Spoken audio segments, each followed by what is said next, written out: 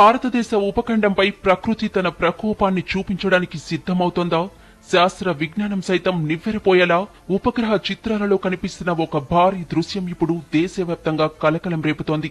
కశ్మీర్ నుంచి కన్యాకుమారి వరకు ఎంత దూరం ఉంటుందో అంతటి పొడవైన ఒకే ఒక్క మేఘాల వ్యవస్థ ప్రస్తుతం బంగాళాఖాతంలో కేంద్రీకృతమై ఉంది.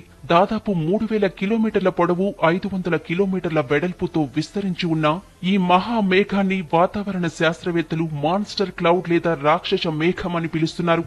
ఇది కేవలం ఒక సాధారణ వర్షపు మేఘం కాదు. గంటకు 100 కిలోమీటర్ల వేగంతో ఇది భూభాగం వైపు దూసుకొస్తోంది. పగటిపూటే చీకట్లు కమ్మడం, ఆకాశంలో సూర్యుడు పూర్తిగా మాయమవ్వడం, నిరంతరాయంగా ఉరుములు శబ్దాలు రావడం వంటి భీకర పరిస్థితులకు ఇది సంకేతం. వాతావరణ శాస్త్ర పరిభాషలో దీనిని మెసోస్కేల్ కన్వెక్టివ్ సిస్టమ్ అని పిలుస్తారు.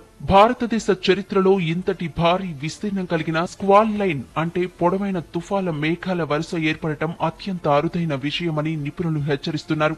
ఇంతకీ మెసోస్కేల్ కన్వెక్టివ్ సిస్టమ్ అంటే ఏంటి, ఇది ఎలా ఏర్పడుతుంది అనే విషయం గురించి ఇప్పుడు చూద్దాం. ఈ రాక్షస మేఘం తీవ్రతను అర్థం చేసుకోవాలంటే మొదట ఇది ఎలా రూపాంతరం చెందుతుందో తెలుసుకోవాలి. సాధారణంగా మనం చూసే ఉరుములు మెరుపుల మేఘం దాదాపు 10 నుండి 20 కిలోమీటర్ల విస్తీర్ణంలో ఉంటుంది. ఇది ఒక నిర్దిష్ట ప్రాంతంలో కురిసి శాంతిస్తుంది. కానీ వందలాది ఇటువంటి ఉరుముల మేఘాలు ఒకదానితో ఒకటి కలిసిపోయి ఒకే తాటిపైకి వచ్చి ఒక భారీ సమూహంగా మారినప్పుడు దానిని మెసోస్కేల్ కన్వెక్టివ్ సిస్టమ్ అంటారు.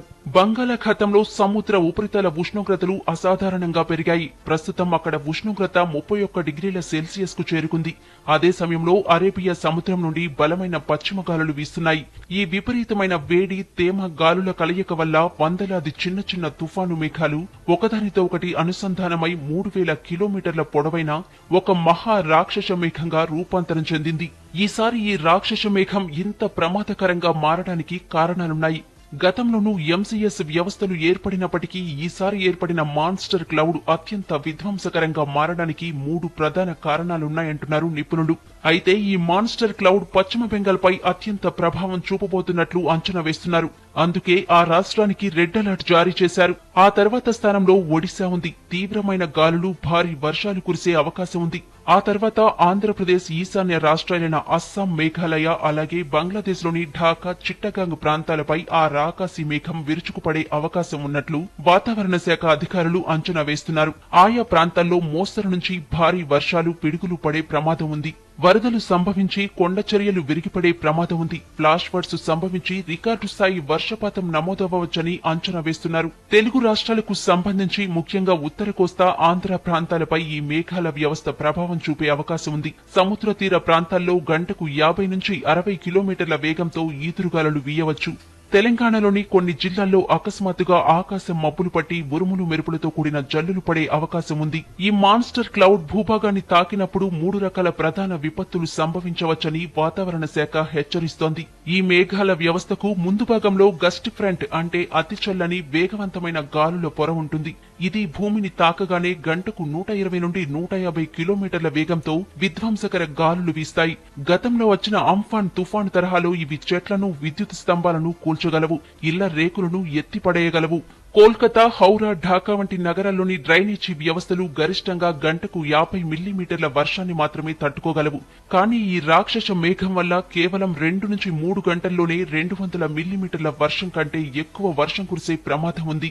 దీనివల్ల రోడ్లన్నీ నదులుగా మారుతాయి. సబ్వేలు, విమానాశ్రయాలు, మెట్రో సేవలు నిలిచిపోయే ప్రమాదం ఉంది. ఈ రాక్షస మేఘంలో పాజిటివ్ మరియు నెగటివ్ విద్యుత్ ఛార్జ్ రేణువులు అపారమైన పరిమాణంలో ఉన్నాయి. దీనివల్ల నిమిషానికి వందలాది పిడుగులు పడే అవకాశం ఉంది. బహిరంగ ప్రదేశాల్లో ఉన్న ప్రజలకు, పశువులకు ఇది అత్యంత ప్రమాదకరం. గతంలో భారతదేశంలో జరిగిన అతిపెద్ద ప్రకృతి వైపరీత్యాల వెనుక ఇటువంటి మెసోస్కేల్ కన్వెక్టివ్ సిస్టమ్స్ ఉన్నాయి. 2013లో ఉత్తరాఖండ్ లో కొండ చర్యలు విరిగిపడి వేలాది మంది ప్రాణాలు కోల్పోవడానికి కారణం ఒక శక్తివంతమైన ఎంసీఎస్ వ్యవస్థే. 2015లో చెన్నై నగరాన్ని ముంచెత్తిన అపూర్వ జల ప్రళయం వెనుక కూడా ఇటువంటి మేఘాల సమూహమే ఉంది. 2022లో అస్సాం, బంగ్లాదేశ్ సరిహద్దుల్లో ఊహించని నష్టాన్ని మిగిల్చింది కూడా కూడా ఇదే వ్యవస్థ. ప్రస్తుతం బంగాళాఖాతంలో ఉన్న రాక్షస మేఘం అన్నింటికంటే పరిమాణంలో చాలా పెద్దది కావడం వాతావరణ శాస్త్రవేత్తలను సైతం ఆందోళనకు గురిచేస్తోంది. ప్రకృతి ఆగ్రహించినప్పుడు సైన్స్ సైతం కొన్నిసార్లు నిస్సహాయంగా మారుతుంది. కాబట్టి స్వీయ జాగ్రత్తలే మనల్ని కాపాడుతాయి. ఆకాశం నల్లగా మారి నిరంతరాయంగా ఉరుముల శబ్దం వస్తుంటే వెంటనే సురక్షితమైన కాంక్రీట్ భవనాల్లోకి వెళ్లాలి. చెట్ల కింద కానీ మొబైల్ టవర్ల కింద కానీ నిలబడవద్దు. అకస్మాత్తుగా వీచే గాలుల వల్ల వాహనాలు నియంత్రణ కోల్పోయే ప్రమాదం ఉంది. కాబట్టి ప్రయాణాలను నిలిపివేయడం మంచిది. పిడుగులు పడే సమయంలో ఇంట్లోని టీవీ, ఫ్రిజ్, కంప్యూటర్ వంటి ఎలక్ట్రానిక్ వస్తువుల ప్లగ్లను తొలగించాలి. సోషల్ మీడియాలో వచ్చే తప్పుడు వార్తలను నమ్మకుండా భారత వాతావరణ శాఖ విడుదల చేసే అధికారిక బులెటిన్లను మాత్రమే ఫాలో కావాలని నిపుణులు సూచిస్తున్నారు. ప్రస్తుతం ప్రపంచవ్యాప్తంగా వాతావరణ మార్పుల ప్రభావం తీవ్రంగా ఉంది. ఎల్నినో ప్రభావం వల్ల బంగాళాఖాతంలో నీరు సాధారణం కంటే 1.5 డిగ్రీల సెల్సియస్ అదనపు వేడిని కలిగి ఉంది. సముద్రం ఎంత వేడెక్కితే అంత ఎక్కువ నీరు ఆవిరై గాల్లోకి చేరుతుంది. ఈ అపారమైన తేమ ఈ మాన్స్టర్ క్లౌడ్స్ కు నిరంతర ఇంధనంగా పనిచేస్తోంది. మేఘాల సాంద్రత ఎంత ఎక్కువగా ఉందంటే ఇవి భూభాగానికి రాగానే కొన్ని గంటల వ్యవధిలోనే వందల మిల్లీమీటర్ల వర్షాన్ని కురిపించగలవు. దీనివల్ల నగరాలు క్షణాల వ్యవధిలోనే చెరువులను తలపిస్తాయి.